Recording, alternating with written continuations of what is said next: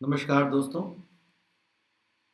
भारत अति प्राचीन काल से ही अथाह और बड़े ही शानदार कला, संस्कृति और स्थापत्य के का एक देश रहा है दोस्तों, एक जन्मभूमि रही है, जहाँ पे सदियों से ही विभिन्न प्रकार के स्थापत्य और लोगों को चौंका देने वाले स्थापत्य का विकास हो न ही विकास किया, बल्कि दुनिया भर के उन पश्चिमी विद्वानों को इस आशंकाओं को भी निर्मूल साबित कर दिया कि भारत एक सपेरों और मदारियों का देश है।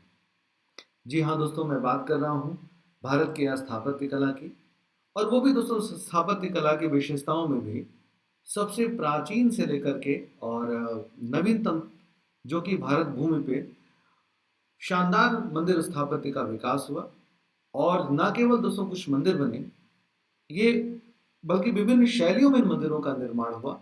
और ये मंदिर मानव जीवन के विभिन्न गतिविधियों के केंद्र के रूप में विकसित हुए और मानव जीवन को काफी गहराई से प्रभावित करते रहे। जी हाँ दोस्तों, आज से हम लोग बात करेंगे, आज इस टॉपिक में बात करेंगे भारत में मंदिर स्थापत्य के विकास और उसकी विभिन्न शैलियों के बारे में। मैं अपना इंट्रोडक्शन आप लोगों को दे दूं। मेरा नाम जावेद फारूकी। दोस्तों, मैं अनअकैडमी का एक एजुकेटर और पिछले कुछ दिनों से लगातार आपके सामने इस यूट्यूब चैनल पे, अनअकैडमी के अपने इस यूट्यूब चैनल पे समय समय पे अपनी क्लासेस लेकर के आता जा रहा हूँ। दोस्तों, मैं अपना इंट्रोडक्शन आप लोगों को एक बार दे दूं। जैसा आप देख पा रहे हैं ये स्क्रीन पर, ये मेरा नाम है जावेद फारूकी। ये मेरी अनअकैडमी पर पोजीशन है। One of the masters educator of Unacademy, 12 years of teaching experience with India's leading and renowned institute and perform 200 plus elections, expert of history optional, history for general studies, social issues, social justice and current affairs। दोस्तों, ये मेरा referral code है फारूकी सेंटेन। अगर आप इस referral code के इस्तेमाल से अनअकैडमी पर कोई सब्सक्रिप्शन लेते हैं तो आपको 10% का फ्लैट डिस्काउंट प्राप्त होगा दोस्तों। तो स्वागत है दोस्तों सभी बच्चों का जो लोग मेरे इस कोर्स में जुड़ चुके हैं। आप लोगों को ऐसी बहुत ही इन्फॉर्मेटिव क्लासेस आपको मिलती रहेंगी जो आपके एग्ज़ाम्स के लिए, आपके अपकमिंग 2024 और 25 के एग्ज़ाम्स के लिए काफ़ी महत्वपूर्ण है। और मैं जैसा आपको वादा किया हूँ कि मैं ऐसी क्लासेस आपको हिस्ट्री एंड कल्चर से संबंधित लेता आता रहूँगा, तो उस सीरीज़ में ये आपके लिए एक महत्वपूर्ण क्लास हो सकती है, जिसका नाम है दोस्तों, जैसा टॉपिक आप देख पा रहे हैं कि भारत में मंदिर स्थापत्य का विकास तथा उसकी विभिन्न शैलियाँ, इन पे हम लोग बात करेंगे दोस्तों। तो आइए सबसे पहले हम लोग एक बार स्ट्रक्चर देख लेते हैं। जैसा स्क्रीन पर आप लोग देख पा रहे हैं कि मंदिर स्थापत्य के विकास के बारे में बात करनी है। ओके, और साथ ही साथ हम लोग इसके विभिन्न शैलियों के बारे में भी विस्तार में चर्चा करेंगे।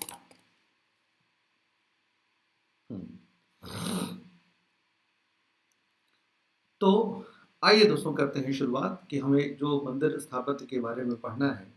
प्राचीन काल में भारत भूमि पे जो मंदिर स्थापत्य का विकास हुआ, उन मंदिर के बारे में हम कैसे पढ़ें, क्या क्या पढ़ें कि जिससे कि हमारा पूरा एग्जाम कवर हो जाए। यूपीएससी में हर एक जो हमारा एग्जाम का दोस्तों जो हमारा वो है, मतलब जो स्टेज है, यानी कि प्रीलिम्स, मेंस और इंटरव्यू, हर एक तरीके के प्रश्नों को हम लोग यहाँ से कर सकने की स्थिति में होंगे इस सीरीज में दोस्तों। आइए शुरुआत करते हैं। सबसे पहले हम लोग एक बार स्ट्रक्चर पे बात कर लेंगे दोस्तों। ओके, तो स्ट्रक्चर मतलब ये कि पूरे टॉपिक का हमारा स्ट्रक्चर क्या होगा। शुरुआत में मैं स्ट्रक्चर पे एक बार बात कर लूँ, फिर हम लोग एक एक करके एक एक परत को खोलते चलेंगे, एक एक पहलू को समझते चलेंगे और विस्तार में आपको चीज़ें समझ में भी आ जाएंगे दोस्तों, एक एक बातें। आइए करते हैं शुरुआत। तो सबसे पहले मैं एक स्ट्रक्चर आपके सामने बनाऊंगा, आप सब लोग अपने पेन कॉपी से उस स्ट्रक्चर को बना लें और फिर एक एक को समझना शुरू कर दें जैसे जैसे मैं आपको पढ़ाता चलूँ। ये स्पेस है हमारे पास, यहाँ पे मैं स्ट्रक्चर आपके लिए रेडी करता हूँ। दोस्तों, हम सभी को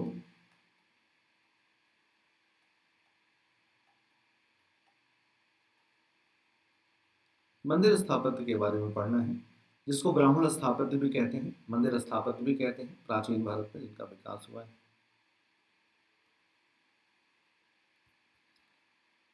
मंदिर स्थापत्य में दोस्तों सबसे पहले बात करेंगे मंदिर स्थापत्य का परिचय। मंदिर किसे कहते हैं, एक तरीके से इसकी परिभाषा। ओके,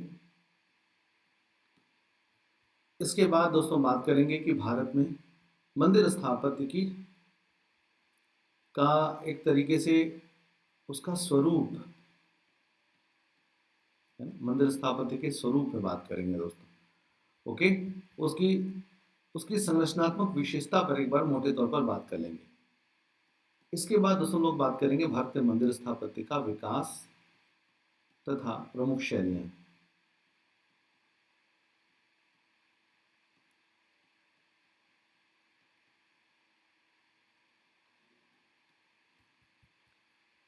ओके, और इसके बाद फिर हम लोग ये पढ़ेंगे कि एक आम इंसान के जीवन में या आम जनजीवन में मंदिर का क्या योगदान था दोस्तों।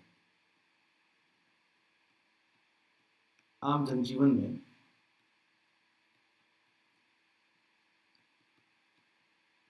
मंदिर का मंदिर स्थापत्य का योगदान या मंदिर स्थापत्य के योगदान टॉपिक पे चर्चा करेंगे दोस्तों। स्वरूप में हम लोग दो तीन बातें और भी पढ़ेंगे। जैसे हम लोग ये समझते हैं दोस्तों कि पहले ये बात करेंगे कि मंदिर की बनावट के आधार पे उसके स्वरूप को समझते हैं। सबसे इंपॉर्टेंट बात यहाँ पे बनावट के ही आधार पे इसको समझना है।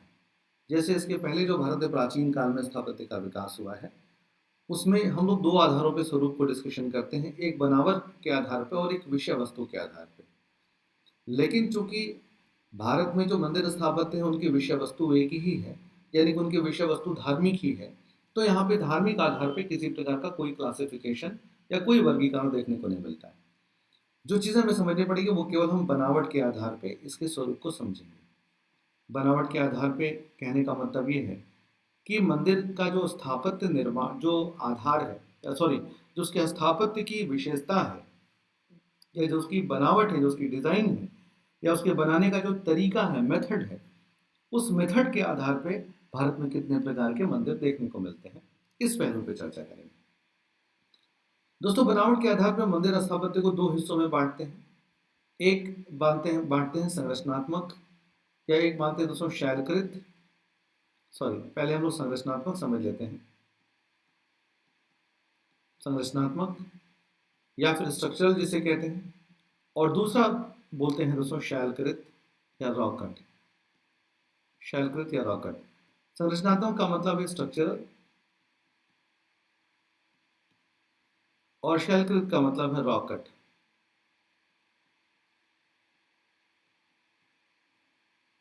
शैलकृत का मतलब है रॉक कट। तो परिचय, इनकी परिभाषा, बनावट के आधार पर संरचनात्मक और शैलकृत। अच्छा, इनके विकास तथा इनकी प्रमुख शैलियों को हम लोग फिर से दो हिस्सों में बांटेंगे। एक गुप्त काल तक बात कर लेंगे, गुप्त काल तक मंदिरों का विकास, और दूसरा फिर बात करेंगे गुप्त काल के बाद। गुप्त काल के बाद मंदिर स्थापत्य का दोस्तों गुप्त काल के बाद जो डेवलपमेंट हुआ उसको तीन शैलियां भारत में विकसित होते हुए दिखाई देती हैं। तो एक है दोस्तों नागर शैली, दूसरा है द्रविड़ शैली, और तीसरा है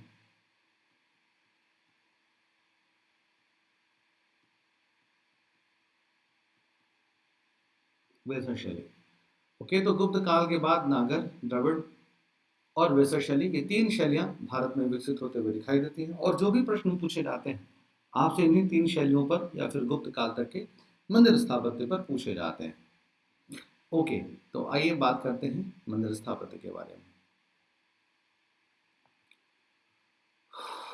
दोस्तों मंदिर कि अगर हम परिचय की बात करें, अब हम लोग एक एक करके एक एक टॉपिक को डिटेल करना शुरू करेंगे दोस्तों, है ना। ये पूरा स्ट्रक्चर होगा, ये हमारा रोड मैप है। किसी भी टॉपिक को हमारे पढ़ने का यही तरीका होता है कि हम पहले पूरे टॉपिक का रोड मैप बना लेते हैं, ओके, स्ट्रक्चर बना लेते हैं और एक पूरा ढांचा खड़ा कर लेते हैं, और फिर एक एक करके एक एक टॉपिक को एक्सप्लेन करना शुरू करते हैं, विस्तार से पढ़ना शुरू करते हैं। ये स्ट्रक्चर किसी भी टीचर की यूएसपी है। ये स्ट्रक्चर हम लोग इस तरह से बनाते हैं कि कोई भी क्वेश्चन जो पहले पूछे जा चुके हैं वो तो केवल हो ही जाने हैं, लेकिन जो फ्यूचर में जो भी प्री मेंस और इंटरव्यू में प्रश्न पूछे जा रहे हैं, आप स्ट्रक्चर को पूरा पढ़ करके, मतलब इसको एक्सप्लेन, इसका जो एक्सप्लेनेशन वाला पार्ट है उसको पढ़ करके आप अपने टॉपिक को या अपने सब्जेक्ट को बेहतर ढंग से समझ सकते हैं, तैयार कर सकते हैं और किसी भी प्रश्न का जवाब दे सकते हैं दोस्तों। तो सबसे पहले आइए बात करेंगे कि एक एक करके पहले उठाते हैं सबसे पहले इसका परिचय या इसकी परिभाषा। दोस्तों मंदिर शब्द की उत्पत्ति जो सबसे पहले हमें देखने को मिलती है वो हमें पोस्ट मॉडर्न पीरियड में देखने को मिलती है, मरणोत्तर काल में देखने को मिलती है। मरुत्तर काल में शुरुआती दौर में मंदिर को चौरण या यान कहते थे। वास्तव में दोस्तों मरुत्तर काल, ऐतिहासिक काल में मरुत्तर काल में जब पहली बार मूर्ति पूजा की शुरुआत होती है, तो मूर्ति पूजा की शुरुआत के साथ जब बड़े स्तर पर मंदिरों की मूर्तियों के निर्माण शुरू हो गए, जब भक्ति की अवधारणा, अवतारवाद जैसी अवधारणाएं हिंदू धर्म का हिस्सा बन गई, सनातन संस्कृति का हिस्सा बन गई, तो उनके, और जब मूर्ति पूजा का एक तरीके से इंट्रोडक्शन हुआ हिंदू धर्म में, तो एक इंपॉर्टेंट बात यहाँ पे ये हो गई कि उसकी परिभाषा या उसका परिचय, सॉरी, ये हुआ कि दोस्तों मंदिरों को किनको मंदिर कहेंगे। ओके, तो जब दोस्तों मूर्ति पूजा की शुरुआत हो गई, तो इसे जब मूर्तियां भी बनने लगे, तो इन मूर्तियों को रखने के लिए कोई ना कोई जगह चाहिए थी, जहाँ पे इन मूर्तियों की पवित्रता को सुनिश्चित किया जा सके। इसीलिए ऐसी एक संरचना बनाई गई जिसको चौरण या यान कहते थे, और यही दोस्तों सबसे शुरुआती मंदिर थे। मंदिर का मतलब होता है एक ऐसा आर्किटेक्ट, एक ऐसा स्थान, एक ऐसा भवन जहाँ पे किसी आराध्य देव की मूर्ति को स्थापित करके सामूहिक रूप से उनकी पूजा और आराधना की जा सके, ऐसे स्थापत्य को मंदिर कहते हैं। ओके, मैं फिर से आपको बता रहा हूँ, एक ऐसा स्थापत्य जहाँ पे किसी एक किसी एक ऐसे देवता को जो हमारे आराध्य हैं, उन आराध्य देवता को किसी ऐसे जब भवन में हम रखते हैं और जहाँ पे सामूहिक रूप से उनकी पूजा की जाती है, तो ऐसे स्थापत्य को मंदिर कहते हैं दोस्तों। जैसा मैंने बताया कि मंदिरों की शुरुआत सबसे पहले मौर्तर काल में हुई है। ये मतलब भारतीय संस्कृति में पहली बार इसकी शब्द की उत्पत्ति मौर्तर काल से देखने को मिलती है। अब इम्पॉर्टेंट बात यह है कि इस मंदिर स्थापत्य के स्वरूप पे चर्चा कर लेते हैं। स्वरूप ये बात करते हैं कि यह मंदिर को हम लोग कैसे इसके बनावट के आधार पर बांटेंगे, यानी कि जो प्राचीन काल से जो भारत में मंदिर बने हैं, उन मंदिरों के बनावट के आधार पे, यानी कि उनकी संरचना के आधार पे जिस तरह से मंदिर को बनाया गया है, उसे हम दो हिस्सों में बांटते हैं, दो प्रकार में दो भागों में बांट सकते हैं। तो पहला है दोस्तों संरचनात्मक और दूसरा है शैलकृत। संरचनात्मक मंदिर ऐसे मंदिरों को कहते थे जो किसी दूर दराज के क्षेत्रों से मटेरियल को ला करके, सामग्री को ला करके, जब किसी प्लेन सरफेस पर कोई बिल्डिंग तैयार की जाती थी, तो उसे संरचनात्मक मंदिर कहते हैं। समझ के बात आप लोग, यानी कि कोई प्लेन सरफेस है, जैसे आपका घर बनता है, जब दूर दराज क्षेत्रों से कोई मटेरियल को ला करके, सामग्री को ला करके, जब एक प्लेन सरफेस पे, एक समतल भूमि पे जब कोई बिल्डिंग खड़ी करते हैं, पत्थरों को जोड़ करके, ईंटों को जोड़ करके, और धीरे धीरे जब उसको एक आकार देते हैं, तो ऐसी बिल्डिंग को संरचनात्मक मंदिर कहते हैं। और भारत में जो शुरुआती दौर के मंदिर बने, वो संरचनात्मक प्रकार के ही मंदिर थे।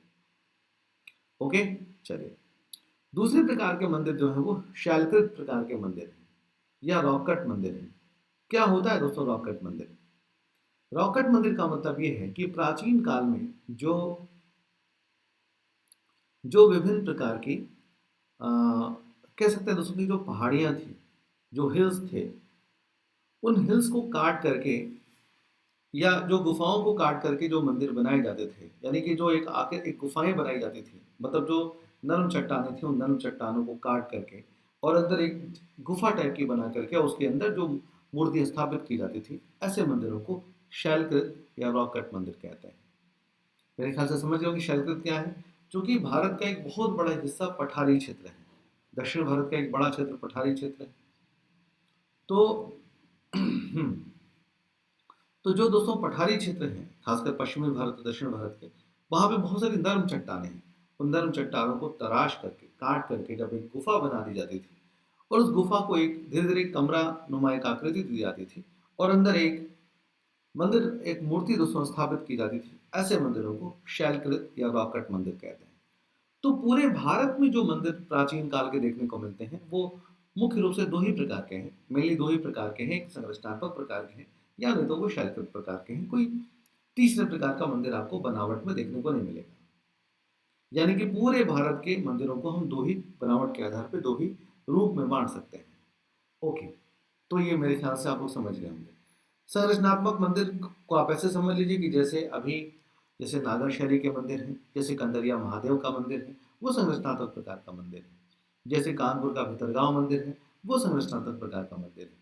या जो आपके घर के आसपास जो मंदिर देखने को मिलते हैं, वो संरचनात्मक प्रकार के मंदिर हैं। लेकिन जो शैलकृत प्रकार के मंदिर हैं, वो आम जनता से दूर पहाड़ियों में कहीं दूर ऊंचाई पर गुफाओं के रूप में देखने को मिलते हैं, उन्हें रॉक कट कहते हैं। अब हम लोग मंदिर स्थापत्य के विकास की चर्चा करें तो हम देखते हैं कि मंदिर स्थापत्य की मुख्य रूप से जब हम इसके डेवलपमेंट की बात करते हैं तो उसको दो काल में बांटते हैं। एक गुप्त काल तक, यानी कि गुप्त काल तक या गुप्त काल से पहले से लेकर के गुप्त काल तक एक ब्रेक लगाते हैं गुप्त काल पे, क्योंकि गुप्त काल के बाद दोस्तों मंदिर निर्माण में एक बहुत बड़ा रिवॉल्यूशन आया है ना। भारत में गुप्तोत्तर काल और पूर्व मध्य काल में मंदिर निर्माण में एक बड़ा चेंज आया, एक बड़ी क्रांति आई, और वहां से मंदिर निर्माण में या यूं कहें कि मंदिर स्थापत्य में एक बहुत बड़ा परिवर्तन आता है। तो उसे वहां से इस परिवर्तन को हम लोग समझेंगे, क्योंकि गुप्त काल के बाद ही भारत में मंदिर निर्माण की तीन स्पष्ट शैलियां हमें देखने को मिलती हैं। तो एक है नागर शैली, एक है द्रविड़ शैली, और एक है दोस्तों बेसर शैली। ओके, तो चलिए हम लोग पहले गुप्त काल तक के मंदिरों के विकास के बारे में एक बार समझ लेते हैं। आइए।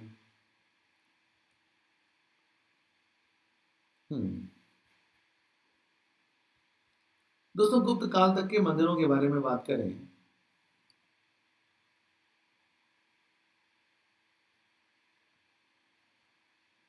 तो गुप्त काल तक हमें ग्राफ खींचते हैं। ये गुप्त काल तक है, मान लेते हैं गुप्त काल तक,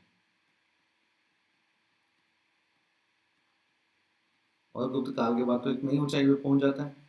तो ग्राफ खींचा है तो गुप्त काल तक एक ग्राफ खींच लिया है। अच्छा, ये मंदिरों के निर्माण का विकास है। तो भारत में दोस्तों सबसे पहले मंदिर निर्माण की शुरुआत कहाँ से होती है? मरुत्तर काल से। मरुत्तर काल से। इसके बाद मरुत्तर काल के बाद आगे हम गुप्त काल में दोस्तों डेवलपमेंट देखने को मिलता है। लेकिन गुप्त काल में मंदिर निर्माण के कई चरण देखने को मिलते हैं, 1, 2, 3 और मुख्य रूप से 4 चरण देखने को मिलते हैं। ओके, तो गुप्त काल तक मंदिर निर्माण के हमें 4 चरण देखने को मिलेंगे। एक एक करके हम लोग समझते हैं कि कब कब क्या क्या चेंजेस आ रहा था। तो शुरुआत करेंगे दोस्तों पोस्ट मॉडर्न पीरियड से, मरुत्तर काल से। दोस्तों मरुत्तर काल की अगर बात करें, तो जैसा आप सबको पता है कि हिंदू धर्म में सबसे पहले मूर्ति कला की विचारधारा या सॉरी एक तरीके दोस्तों मूर्ति पूजा की विचारधारा, मूर्ति पूजा, भक्ति तथा अवतारवाद की विचारधारा का आविर्भाव, यानी कि इसका इंट्रोडक्शन सबसे पहले होता है पोस्ट मॉडर्न पीरियड में। पोस्ट मॉडर्न पीरियड में ओके, सबसे पहले इसी समय में ये चीज़ें आती हैं। और जब अलग अलग धर्मों में मूर्ति पूजा, भक्ति और अवतारवाद की विचारधारा आ गई, तो इसी के साथ शुरुआत हुई मूर्तियों के निर्माण की। मूर्तियों के निर्माण की बड़े स्तर पर पोस्ट मॉडर्न पीरियड में सभी धर्मों में, चाहे वो हिंदू धर्म हो, बौद्ध धर्म हो, जैन धर्म हो, सभी धर्मों में मूर्तियों का व्यापक स्तर पर निर्माण किया गया। आपको सबको पता है कि यही वो समय है जबकि बुद्ध की मूर्तियां बनाई जाने लगी थी अलग अलग शैलियों में, जिसमें मथुरा शैली, गांधार शैली, अमरावती शैली जैसी शैलियों में बुद्ध की मूर्तियों का निर्माण किया गया है। ओके, तो इन शैलियों में ही दोस्तों मूर्तियां बनाई जा रही थी भारत में, और सभी धर्मों में बनाई जा रही थी। न केवल बौद्ध धर्म में बनाई जा रही थी, बल्कि ये मूर्तियां हिंदू धर्म और जैन धर्म में भी बन रही थी। तो जब मूर्तियों का निर्माण व्यापक स्तर पर शुरू हो गया, तो इन मूर्तियों के निर्माण की वजह से यहाँ पे अब मंदिरों की आवश्यकता हुई दोस्तों। इन मंदिरों की आवश्यकता हुई दोस्तों, मंदिरों की आवश्यकता को ध्यान में रख, चूंकि मूर्तियों की पवित्रता का ध्यान रखना बहुत जरूरी था कि कहीं ऐसा ना हो कि अगर खुले में, चूंकि अब जो मूर्ति पूजा और भक्ति की अवधारणा क्या होता था कि अब सामूहिक रूप से ईश्वर की पूजा की जाती थी या मूर्तियों की पूजा की जाती थी। तो सामूहिक रूप से पूजा करने के लिए तो एक जगह मूर्तियों को स्थापित करना बहुत जरूरी था, और स्थापित करने के लिए दोस्तों आवश्यक ये था कि मूर्तियों की पवित्रता का पूरा ध्यान रखा जाए। मूर्तियों की पवित्रता का ध्यान रखा जाए। अच्छा दोस्तों, मूर्तियों की पवित्रता का ही उद्देश्य को ध्यान में रख करके या उसके उद्देश्य से पहली बार जो मूर्ति बनाई गई, उनको पहली बार जो मंदिर बनाए गए उनको चौरण या यान कहते थे दोस्तों। ये मौर्योत्तर काल के मंदिरों की विशेषता है, जहाँ पे गोल चबूतरे पे ऐसे एक गोल चबूतरे पर चारों तरफ लकड़ी का बाड़ा लगा करके और बीच में दोस्तों कोई मूर्ति स्थापित कर दी जाती थी और चारों तरफ लकड़ी का एक बाड़ा लगा दिया, फेंसिंग कर दी जाती थी दोस्तों, जिससे कि मंदिर को कोई मूर्ति को कोई अपवित्र ना करे। और यही सबसे शुरुआती मंदिर थे जो लकड़ी से बने होते थे दोस्तों। इनको चौरणयान कहा गया है पोस्ट मॉडर्न पीरियड में, यानी कि मरणोत्तर काल में। इस चौरणयान पर, इस चबूतरे पर या तो मूर्ति रखी जाती थी और कई जगह दोस्तों देश में शालिग्राम शब्द का इस्तेमाल आता है। शालिग्राम यानी कि विष्णु को ही दोस्तों शालिग्राम कहा गया है, जो कि शालिग्राम पत्थर दोस्तों मिलते हैं आपके बिहार की तरफ। वो एक नदी है आपकी बड़ी ही फेमस, देखिए मैं नाम उतर रहा, एक बड़ी ही फेमस नदी है, नाम ध्यान में आ नहीं रहा है। तो उसी नदी से दोस्तों स्पेशली वहां पे काले पत्थर पाए जाते हैं जिनको शालिग्राम कहते हैं, जो बुद्ध की जो जो विष्णु की उपासना के प्रतीक है। ओके, तो इन मूर्तियों को, इन शालिग्राम को दोस्तों यहाँ पे रखा जाता था। ये चौरणयान कहलाते थे। ओके, तो ये हो गए दोस्तों आपके मरणोत्तर काल के मंदिरों के विशेषता। मरणोत्तर काल में ये सबसे शुरुआती मंदिर है, लेकिन ये संरचनात्मक प्रकार के मंदिर हैं दोस्तों, ये बात आपको ध्यान रखनी है। अच्छा,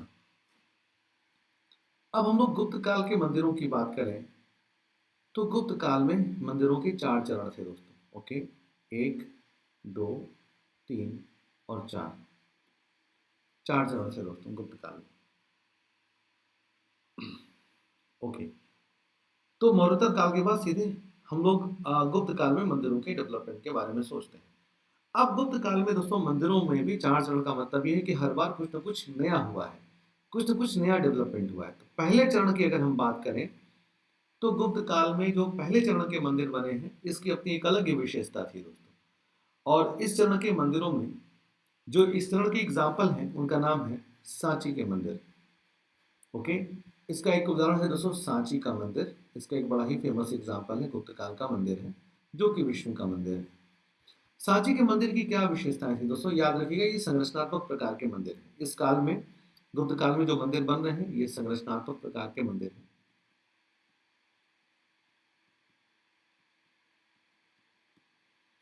ओके, और ये सांची के मंदिर में क्या विशेषता है, आप देख सकते हैं कि सांची के मंदिर का लेआउट यहाँ पे सामने लगा हुआ है। तो सांची के मंदिर की बात ये थी दोस्तों कि यहाँ पर एक प्लेटफॉर्म होता था, एक एक प्लेटफॉर्म होता था दोस्तों, एक चबूतरा हल्का सा होता था। इस चबूतरे के आगे एक गर्भगृह बनाया जाता था। मैं एक और डायमेंशन से आपको दिखा रहा हूँ, देखिए दोस्तों, ये इसमें ज़्यादा क्लियर होगा। ये देखिए गर्भगृह, ये जो एक छोटा सा कमरा है ये गर्भगृह। ओके, इसकी छतें सपाट हैं, एकदम सीधी मतलब छत है दोस्तों, इसे पत्थरों से बनाया गया है जोड़ करके और एक चबूतरे पे बनाया गया। आप देख पा रहे हो कि चबूतरा है, इधर सीढ़ी बनी हुई है। इस कमरे के आगे एक हॉल नुमा एक जगह है दोस्तों, जो पिलर्स पे टिका हुआ एक हॉल है। इस हिस्से को मंडप बोलते हैं, इस पार्ट को मंडप बोलते हैं, इस पार्ट को गर्भगृह बोलते हैं दोस्तों। और इसी गर्भगृह के अंदर मूर्तियों को रखा जाता था और उपासना करने वाले लोग, अब चूंकि समय के साथ ये भी जरूरत हो गई कि मंदिर जो बनाए जाए वहाँ पे लोग मौसम का भी मतलब ध्यान रख पाए, है ना, मतलब मौसम से भी अपने आप को बचा करके पूजा उपासना में तल्लीन हो पाए। तो इसलिए दोस्तों ऐसा किया गया कि यहाँ पे मूर्तियों को अंदर रख दिया गया और लोग यहाँ पे खड़े होकर के उपासना कार्य में लिप्त होने लगे। अच्छा, ये दोस्तों गुप्त काल के मंदिर का सबसे शुरुआती रूप है, जिसका एक एग्जाम्पल आपके सामने सांची का मंदिर है। ओके, यहाँ पे पिलर्स भी हैं, ध्यान रखिएगा पिलर्स पे थोड़ी बहुत आकृतियां बनाई गई हैं, लेकिन छत सपाट है। इसके बाद दोस्तों मंदिर के डेवलपमेंट में, मंदिर गुप्त काल के दूसरे चरण में मंदिर के क्षेत्र में थोड़ा सा और डेवलपमेंट हुआ, है ना। अब हम लोग आते हैं सांची के मंदिर के बाद, देखने को मिलता है कि गुप्त काल में ही मंदिर स्थापत्य कला में थोड़ा और विकास देखने को मिला और अपने सेकंड फेज में पहुंच गई, यानी कि अपने द्वितीय चरण में पहुंच गई। आइए देखते हैं क्या हुआ दूसरे चरण में। दोस्तों द्वितीय चरण के मंदिरों में एक एग्जाम्पल है जिसका नाम है तिगवा का टेम्पल, तिगवा टेम्पल जबलपुर का मंदिर। अब आपको इस समय के मंदिरों में एक बात देखने को मिलेगी कि थोड़ी सी ऊंचाई पे है दोस्तों, ये देखिए, ये और थोड़े से ऊंचाई पे बना दिए गए हैं। ओके, देखिए इस चरण के मंदिरों की विशेषता देखिए कि अब यहाँ से मंडप गायब है दोस्तों, मंडप गायब है। आप देख पा रहे हो कि मंडप यहाँ से अब गायब है। क्या बचा है दोस्तों? केवल केवल मंदिर वाला हिस्सा बचा हुआ है, मंडप गायब है, पिलर गायब है ना, स्तंभ गायब है, और केवल कमरा बचा हुआ है, जिसको क्या कहते थे? जिसको गर्भगृह कहते हैं। तो ये वाला पार्ट, गर्भगृह वाला पार्ट यहाँ पे बचा हुआ है। इसका एक एग्जांपल देख सकते हैं, पार्वती टेम्पल। हाँ, एक जो इसमें एक जो बड़ी चीज आ गई कि चबूतरा और ऊंचा कर दिया गया, चबूतरा और ऊंचा कर दिया गया, और इसके और उसमें चारों तरफ सीढ़ियां बना दी गई, मतलब तीन और तो सीढ़ियां बनाई, तीन तीन और सीढ़ियां बना दी गई, तीन तरफ सीढ़ियां बना दी गई, सामने से, इधर से, लेफ्ट से, राइट से। और लोग यहाँ पे प्रदक्षिणा पथ भी कर सकते, मतलब ये प्रदक्षिणा पथ भी बना दी गई, यानी कि लोग परिक्रमा कर सकते थे। ओके, एक तरीके से दोस्तों सर्कुलेशन ऑर्बिटरी बना दी गई, जहाँ पे लोग परिक्रमा कर सकते हैं, सर्कुलेटरी ऑर्बिटरी जिसे बोलते हैं। तो इस तरह से मंदिर स्थापत्य में एक बड़ा चेंज आया कि लोग अब गर्भगृह के बाहर खड़े होकर के उपासना कर सकते थे। ये द्वितीय चरण के मंदिर।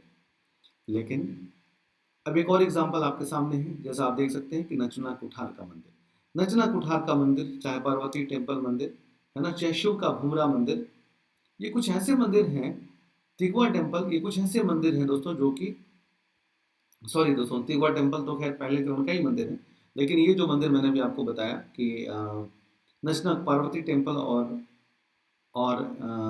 नचना कुठार, ये दोस्तों द्वितीय चरण के मंदिर हैं। अब हम लोग बात करेंगे थर्ड फेज के मंदिरों की क्या विशेषता है। दोस्तों, गुप्त काल में थर्ड फेज में मंदिर में के क्षेत्र में कुछ और भी चीजें बढ़ती चली गई, जुड़ती चली गई।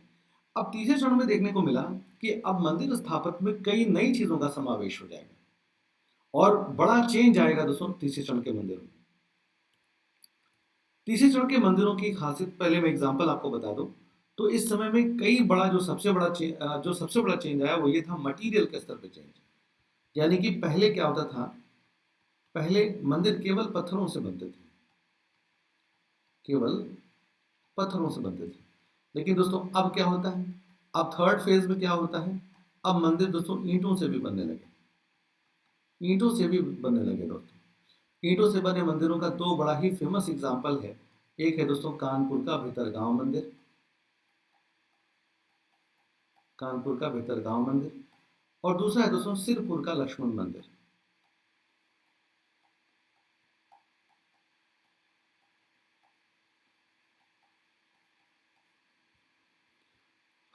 कानपुर का भितरगांव मंदिर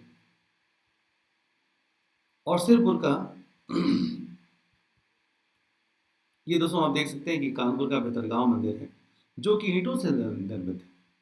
ये पहली जो बड़ी विशेषता है कि मटेरियल के स्तर पे बड़ा चेंज आया कि अब ईंटों से भी मंदिर बनने लगे। और दूसरी दोस्तों एक और मंदिर है, जैसे मैंने बताया कि एक है सिरपुर का लक्ष्मण मंदिर, ये भी मंदिर आपके ईंटों से ही बना हुआ है दोस्तों। ओके, अच्छा, इस समय के मंदिर स्ट्रक्चर में भी बड़ा चेंज आता है, और वो ये है कि अब मंदिर में धीरे धीरे करके शिखर बनने लगा दोस्तों, है ना। मंदिर स्थापत्य में शिखर का समावेश हो गया, शिखर का समावेश, जो जो चीजें जुड़ती गई दोस्तों आप नोट करते रहिएगा कि मंदिर में अब शिखर बनने लगा। जैसे ये देखिए, शिखर का मतलब है कि मंदिर भूमि गर्भगृह के ऊपर एक टावर बनना। शिखर का मतलब क्या है, गर्भगृह के ऊपर एक तिकोनी आकृति बनना, या दोस्तों यूं कहें कि तिकोनी आकृति, या ऊपर की ओर क्रमशः पतली होती हुई आकृति, क्रमशः पतली आकृति, ये हो गया दोस्तों आपका।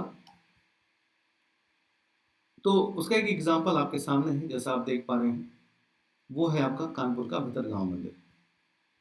और एक और दोस्तों एग्जाम्पल आपके सामने है, और वो है आपका देवगढ़ का दशावतार मंदिर। देखिए दोस्तों, ये है देवगढ़ का दशावतार मंदिर। हम्म ये झांसी के ललितपुर के पास देवगढ़ एक जगह है दोस्तों, वहां से एक दशावतार मंदिर प्राप्त हुआ है। तो आप इस दशावतार मंदिर में भी एक बात आपको देखने को मिलेगी कि यहाँ पे भी शिखर का निर्माण होता हुआ दिखाई देता है। ओके, अच्छा, अब इस समय के मंदिरों में कुछ और भी विशेषताएं हैं दोस्तों, जैसे कि न केवल आपने देखा कि शिखर का समावेश हो गया है और त्रिकोणीय आकृति क्रमशः ऊपर बनती चली गई। आपने एक और विशेषता देखा कि भाई सामग्री का भी अंतर है, सामग्री का भी अंतर हुआ है। एक दो और विशेषताएं हैं, जैसे अब इस समय पंचायतन शैली में मंदिरों का निर्माण होगा। पंचायतन शैली के मंदिर बनने लगे। पंचायतन शैली दोस्तों क्या है? देवगढ़ का दशावतार मंदिर भारत का पहला पंचायतन शैली का एग्जाम्पल है। क्या है दोस्तों पंचायतन शैली?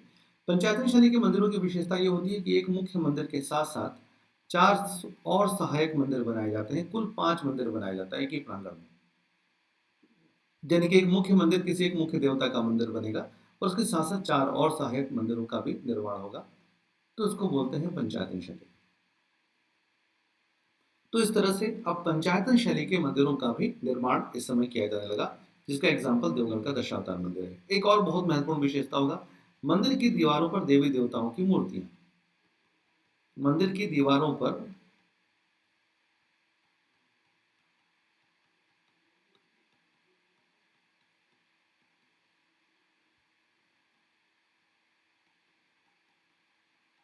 मूर्तियां, ये मूर्तियों की आकृति, रिलीफ आकृतियां, जिसको दोस्तों मतलब एक तरीके से सजावट के तौर पर इस्तेमाल किया गया है, सजावट के तौर पर इस्तेमाल किया गया है। तो एक ये भी विशेषता आपको यहाँ पे देखने को मिलेगी। ओके, चलिए। हम्म, अच्छा, अब इसके बाद ये है दोस्तों आपके थर्ड चरण। जैसे आप देख सकते हैं देवगढ़ के दशावतार मंदिर की दीवारों पर बहुत सारी सजावट या विष्णु की या लक्ष्मी की या दोस्तों मिथुन की आकृतियां है ना आपको देखने को मिलेगी, मकर की आकृतियां देखने को मिलेंगी। तो ये थर्ड चरण के, तीसरे चरण के मंदिर हैं। इसके बाद आता है दोस्तों चौथा चरण गुप्त काल में। चौथा चरण के मंदिरों में एक बात देखने को मिली कि अब एक और भी दोस्तों नई चीज ऐड हो गई, एक नई चीज का समावेशीकरण हो गया गुप्त काल के मंदिरों में, और वो ये चीज था कि अब मंदिरों में मनियार प्रक्षेपण की शुरुआत हो गई दोस्तों। प्रक्षेपण क्या है? प्रक्षेपण का मतलब ये था कि मंदिर की गर्भगृह के चारों तरफ से एक दीवार निकालना, है ना, एक एक छज्जा टाइप का निकालना, और फिर दोस्तों उसे ऊपर ला करके मुख्य शिखर में ला करके मिला देना। यानी कि अगर ये मंदिर की गर्भगृह है की दीवार है तो यहाँ से छज्जा निकालेंगे, और ये अगर मंदिर का शिखर है तो इस छज्जे को निकाल के इस शिखर में इसे मिला देंगे। फिर इधर यही काम इधर भी करेंगे, छज्जा निकालेंगे, इसका शिखर भी बना करके इस मंदिर में मिला देंगे। फिर इस तरह से इधर भी यही काम करेंगे, छज्जा निकालेंगे और मुख्य शिखर में मिला देंगे। इस तरीके से मंदिर को काफी भव्य और सुंदरता देने की कोशिश की जाती है। भव्यता और सुंदरता देने का जो प्रयास किया गया है वो मनियार मठ, वो गुप्त काल के मंदिरों में किया गया, और उसका पहला एग्जाम्पल हमें गुप्त काल के मनियार मठ में देखने को मिलता है। इस तरह से दोस्तों गुप्त काल में मंदिर निर्माण का काफी डेवलपमेंट हुआ। गुप्त काल में दोस्तों मंदिर निर्माण का काफी विकास देखने को मिलता है, और इस एक क्रम से दोस्तों गुप्त काल में मंदिर निर्माण का डेवलपमेंट देखने को मिलता है। आज की क्लास इतना ही करेंगे दोस्तों। अब हम लोग अगली क्लास में गुप्त काल के मंदिर की अगली शैलियों के बारे में बात करेंगे, यानी कि नागर, द्रविड़ और वैशा शैलियों के बारे में बात करेंगे। तब तक के लिए शुक्रिया, अलविदा, टेक केयर।